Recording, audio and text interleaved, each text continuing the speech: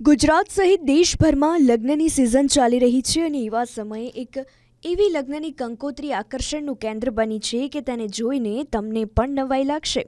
આ કંકોત્રી સુરતના એક પરિવારની છે જે હાલ ઠેર ઠેર ચર્ચાનો વિષય બની છે, જેને જોઈને સંબંધીઓ પણ પ્રેરણા મેળવી રહ્યા છે.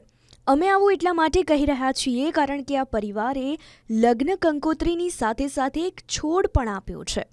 એટલે કે સંબંધીઓના ઘરે છોડના કુંડા પર છપાયેલી કંકોત્રી આપવામાં આવી છે.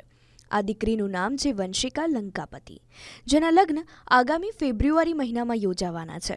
જો કે સંબંધીઓના ઘરે આપેલી કંકોત્રી થોડા દિવસ બાદ કચરામાં ન ફેંકાય અને તેની જગ્યાએ પર્યાવરણ બચાવવાનો સંદેશ આપે તે વિચાર સાથે વંશિકાના પિતાએ આ અનોખી કંકોત્રીઓ તૈયાર કરાવી.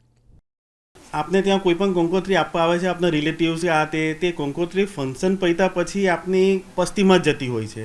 એ 2 મહિના હોય, 4 મહિના હોય, વધારે એટલા મહિના જ લોકો રાખે છે. પણ મારે મારી દીકરીના લગ્નની કંકોત્રી મારે એ હિસાબે નહીં આપવી હતી. મને એક સમાજમાં કોઈ મેસેજ પહોંચે, લોકો વર્ષો સુધી એને રાખે ને કંઈક વૃક્ષ પ્રત્યે પ્રેરિત થાય, એ માટે મેં કંકોત્રીને આવી રીતે કુંડા રૂપે મેં બધાને આપવાનું ચાલુ કર્યું. તમે દ્રશ્યોમાં જોઈ શકો છો કે આ છોડના કુંડાની ચારે તરફ કંકોત્રીના સ્ટીકર લગાવેલા છે.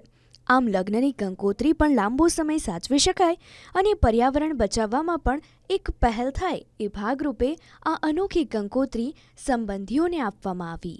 આ પોટને લઈને કહું તો જ્યારે મને ડેડે આઈડિયા કીધો હતો ત્યારે મને તો બહુ જ યુનિક અને બહુ જ ગમેલું હતું.